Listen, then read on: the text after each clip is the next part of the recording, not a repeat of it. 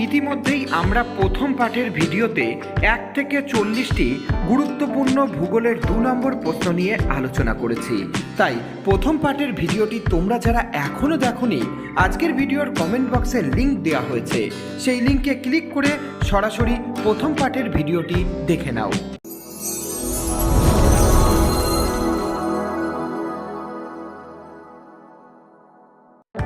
মালনাদ কাকে বলে? প্রশ্নটি গুরুত্বপূর্ণ। প্রশ্নের উত্তর, কর্ণাটক মালভূমির পশ্চিম অংশের উত্তর পশ্চিম থেকে দক্ষিণ ও দক্ষিণ পূর্বে বিস্তৃত উঁচু নিচু ঢেউ খেলানো পাহাড়ি অঞ্চলকে মালনাদ বলা হয়। ময়দান কাকে বলে? প্রশ্নটি গুরুত্বপূর্ণ। প্রশ্নের উত্তর, মালনাদ অঞ্চলের পূর্ব দিকে অবস্থিত কর্ণাটক মালভূমির অপেক্ষাকৃত নিচু ও মৃদু তরঙ্গিত মালভূমি ময়দান নামে পরিচিত।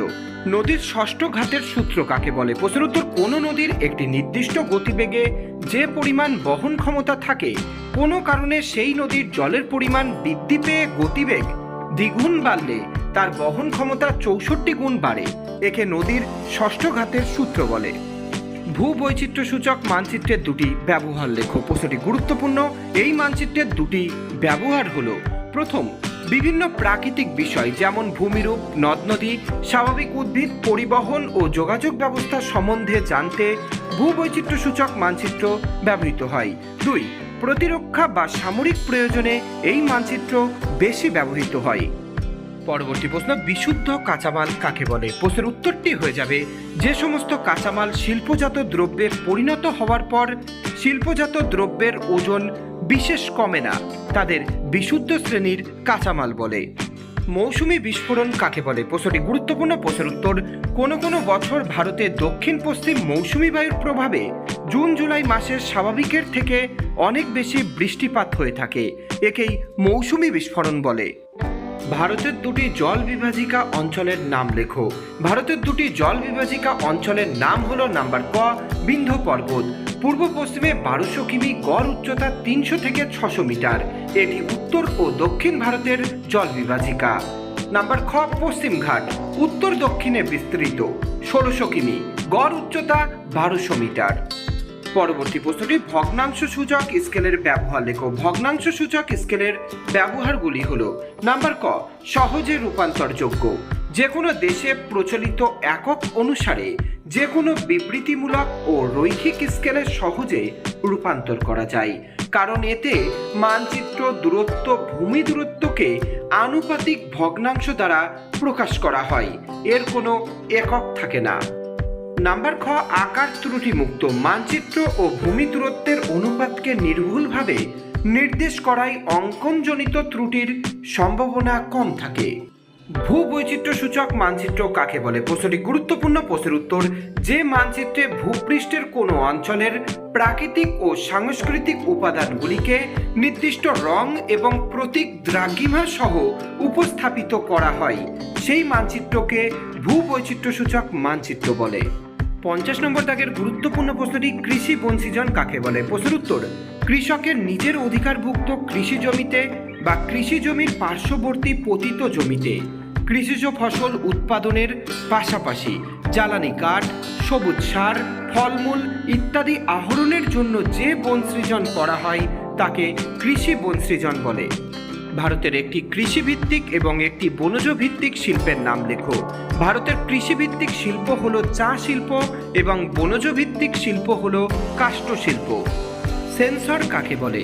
প্রশ্নের উত্তর, পৃথিবী থেকে মহাকাশে যেসব কৃত্রিম উপগ্রহ পাঠানো হয় তার মধ্যে উচ্চ ক্ষমতা সম্পন্ন যে ক্যামেরা লাগানো থাকে তা সেন্সর নামে পরিচিত। সেন্সর 2 প্রকার, যথা সক্রিয় ও নিবৃত সেন্সর। পেরিজি জোয়ার কাকে বলে? প্রশ্নের উত্তর, উপবৃত্তাকার কক্ষপথে পৃথিবীকে প্রদক্ষিণের সময় চাঁদ যখন পৃথিবীর সবচেয়ে কাছে থাকে চাঁদের সেই অবস্থানকে পেরিজি অবস্থান বলে, আর এই সময় যে জোয়ার সৃষ্টি হয় তাকে পেরিজি জোয়ার বলে। মরু উদ্ভিদের দুটি বৈশিষ্ট্য লেখো। প্রশ্নের উত্তর, মরু উদ্ভিদ ভারতের রাজস্থানের মধ্য ও পশ্চিম ভাগে গুজরাটের কচ্ছ অঞ্চলে দেখা যায়। মরু উদ্ভিদের বৈশিষ্ট্যগুলি হলো, নাম্বার ক, মাটির গভীর থেকে জল সংগ্রহের কারণে গাছের শিকড় মাটির গভীর পর্যন্ত বিস্তৃত হয়। নাম্বার খ, বেশিরভাগ কাঁটায় পরিণত হয়ে যাওয়া পাতাযুক্ত জেরোফাইট শ্রেণীর উদ্ভিদ, যাদের কাণ্ড ও পাতা কিউটিকল যুক্ত ও মোম জাতীয় পদার্থ দিয়ে ঢাকা, যাতে জল বাষ্পমোচন প্রক্রিয়ায় বেরিয়ে না যায়। খারিফ ও রবি শস্যের মধ্যে পার্থক্য লেখো। প্রশ্নটি গুরুত্বপূর্ণ। প্রশ্নের উত্তর নাম্বার ক, ভারতে গ্রীষ্মকালে যেসব শস্য উৎপাদিত হয় সেগুলিকে বলে খারিফ শস্য, যেমন ধান, আখ, তুলো। অপরদিকে ভারতে শীতকালে যেসব শস্য উৎপাদিত হয় সেগুলিকে রবি শস্য বলে, যেমন গম, ছোলা, যব।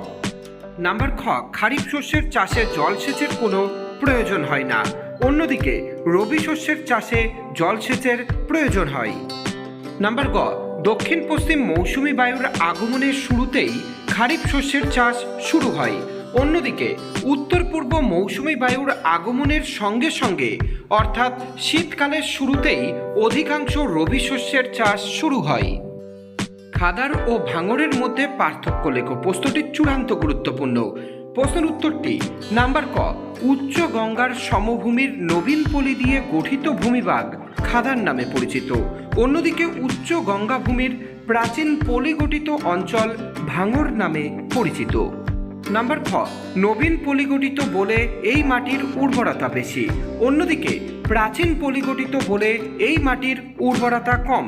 নাম্বার গ, খাদার অঞ্চল নিচু বলে প্রায় প্রতি বছরই প্লাবিত হয়, অপরদিকে ভাঙড় অঞ্চল উঁচু বলে এখানে প্রতি বছর প্লাবিত হয় না। পরবর্তী প্রশ্নটি, ভারী ইঞ্জিনিয়ারিং শিল্প কাকে বলে? প্রশ্নের উত্তর, যে ইঞ্জিনিয়ারিং শিল্পে বৃহদায়তন শিল্পের জন্য প্রয়োজনীয় বড় ও ভারী যন্ত্রপাতি, ভারী বৈদ্যুতিক যন্ত্রপাতি, কৃষি ও খনিতে প্রয়োজনীয় বড় যন্ত্রপাতি, বিভিন্ন প্রকার যানবাহন ইত্যাদি প্রস্তুত করা হয়, তাকে ভারী ইঞ্জিনিয়ারিং শিল্প বলে, যেমন পশ্চিমবঙ্গের চিত্তরঞ্জন লোকোমোটিভ ওয়ার্কার্স। পরবর্তী গুরুত্বপূর্ণ প্রশ্নটি, পশ্চিমী ঝঞ্ঝা কি? প্রশ্নের উত্তর, ভারতীয় উপমহাদেশের উত্তর পশ্চিম অংশে শীতকালে যে নাতিশীতোষ্ণ ঘূর্ণবাতের আগমন ঘটে তাকে পশ্চিমী ঝঞ্ঝা বা পশ্চিমী ঝামেলা বলে। উপগ্রহ চিত্র বলতে কি বোঝো? প্রশ্নটি গুরুত্বপূর্ণ। প্রশ্নের উত্তর, পৃথিবী থেকে মহাকাশে যেসব কৃত্রিম উপগ্রহ পাঠানো হয় তার মধ্যে উচ্চ ক্ষমতা বিশিষ্ট সেন্সর লাগানো থাকে। এর দ্বারা পৃথিবীর বিভিন্ন অংশের যে ছবি সংগৃহীত হয় তাই উপগ্রহ চিত্র নামে পরিচিত। 60 নম্বর দাগের প্রশ্নটি, পলল শঙ্কু কি? প্রশ্নের উত্তর, পর্বতের পাদদেশে ভূমির ঢাল হঠাৎ কমে গেলে নদীবাহিত নুড়ি, পাথর, কাঁকড়, বালি, পলি ইত্যাদি শঙ্কুর আকারে পর্বতের পাদদেশে সঞ্চিত হলে তাকে পলল শঙ্কু বলে, যেমন উত্তরাখণ্ডের ঋষিকেশে গঙ্গার গতিপথে এরকম পলল শঙ্কু দেখা যায়। পাদদেশীয় হিমবাহ বলতে কি বোঝো? প্রশ্নের উত্তর, উচ্চ অক্ষাংশে বা সুউচ্চ পার্বত্য অঞ্চলে উপত্যকা হিমবাহ পর্বতের পাদদেশে বিস্তৃত ও সঞ্চিত হয়ে যে হিমবাহের সৃষ্টি হয় তাকে পাদদেশীয় হিমবাহ বলে। তির্যক বালিয়াড়ি কাকে বলে? প্রশ্নের উত্তর, বায়ুর গতিপথের সঙ্গে আড়াআড়িভাবে গড়ে ওঠা বালিয়াড়িকে তির্যক বালিয়াড়ি বলে। তির্যক বালিয়াড়িগুলির মধ্যে অর্ধচন্দ্রাকারে গড়ে ওঠা বালিয়াড়িগুলিকে বারখান বলে, যেমন পৃথিবীর প্রায় সব মরুভূমিতেই তির্যক বালিয়াড়ি দেখা যায়। উত্তর দক্ষিণ করিডর কি? প্রশ্নটি গুরুত্বপূর্ণ। প্রশ্নের উত্তর, ভারতের উত্তর থেকে দক্ষিণে বিস্তৃত 6 চ্যানেলযুক্ত অতি দ্রুতগামী জাতীয় সড়কপথকে উত্তর দক্ষিণ করিডর বলে। উত্তর দক্ষিণ করিডর উত্তরে শ্রীনগর থেকে দিল্লি, আগ্রা, নাগপুর, হায়দ্রাবাদ, বেঙ্গালুরু, সালেম, মাদুরাই হয়ে দক্ষিণে কন্যাকুমারী পর্যন্ত 4000 কিমি দীর্ঘ। ঝাঁসিতে উত্তর দক্ষিণ এবং পূর্ব পশ্চিম করিডর দুটি মিলিত হয়েছে। পরবর্তী গুরুত্বপূর্ণ প্রশ্নটি, নিরপেক্ষ আর্দ্রতা বলতে কি বোঝো? প্রশ্নের উত্তর, কোনো নির্দিষ্ট আয়তনের বায়ুতে যে পরিমাণ জলীয় বাষ্প থাকে তাকে নিরপেক্ষ বা চরম আর্দ্রতা বলে, অর্থাৎ একটি নির্দিষ্ট আয়তনের বায়ুতে জলীয় বাষ্পের প্রকৃত পরিমাণই হল নিরপেক্ষ আর্দ্রতা। চলে যাচ্ছি 65 নম্বর দাগের প্রশ্নে, মরুস্থলী বলতে কি বোঝো?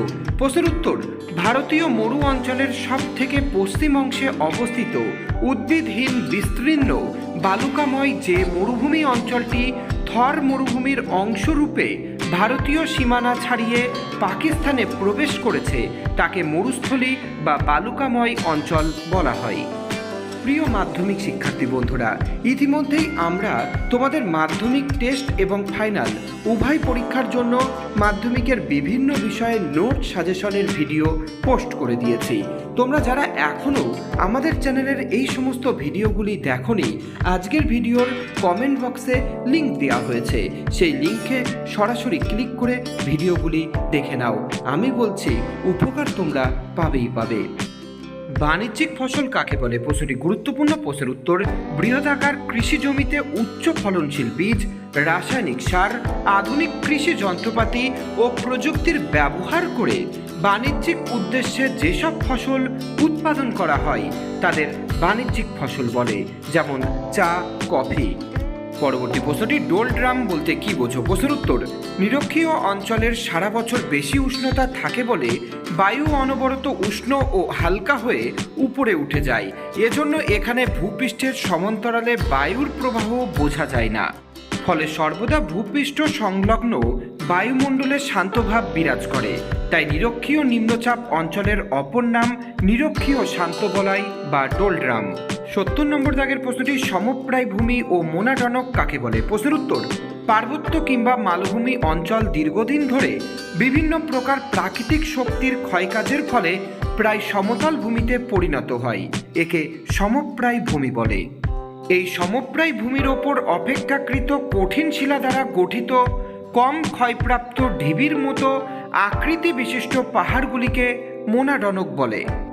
ড্রামলিন বা ডিমের ঝুড়ি ভূমিরূপ কাকে বলে? প্রশ্নটি গুরুত্বপূর্ণ। প্রশ্নের উত্তর হিমবাহের সঞ্চয় কার্যের ফলে অনেক সময় হিমবাহের শেষ প্রান্তে বরফ গলা জলপ্রবাহের মাধ্যমে হিমবাহ বাহিত প্রস্তরখণ্ড, নুড়ি, কাঁকড়, বালি প্রভৃতি এমনভাবে টিলার মতো সঞ্চিত হয় যে সেগুলিকে দূর থেকে দেখলে মনে হয় যেন উল্টানো নৌকা বা চামচ উল্টানো অবস্থায় আছে। এই ধরনের ভূমিরূপগুলি ড্রামলিন নামে পরিচিত। যেসব জায়গায় একসঙ্গে অনেক ড্রামলিন অবস্থান করে সেই জায়গাকে দূর থেকে ডিম ভর্তি ঝুড়ির মতো দেখতে লাগে, এজন্য ড্রামলিন অধ্যুষিত অঞ্চলকে ডিমের ঝুড়ি ভূমিরূপ বলা হয়। আয়ারল্যান্ড ও স্কটল্যান্ডে এই ধরনের ভূমিরূপ দেখা যায়। ঝুলন্ত উপত্যকা কাকে বলে? প্রশ্নের উত্তর পার্বত্য অঞ্চলে প্রধান হিমবাহ উপত্যকার ওপর দুই পাশ থেকে এসে পড়া উপহিমবাহের উপত্যকাগুলিকে ঝুলন্ত উপত্যকা বলে। বদ্রীনাথের কাছে ঋষিগঙ্গা উপত্যকা এরকম একটি ঝুলন্ত উপত্যকার উদাহরণ। ভারতের একটি পূর্ব বাহিনী এবং একটি পশ্চিম বাহিনী নদীর নাম লেখো। ভারতের একটি পূর্ব বাহিনী নদী হল মহানদী এবং পশ্চিম বাহিনী নদী হল নর্মদা। ব্রহ্মপুত্র নদের উৎপত্তি কোথায়?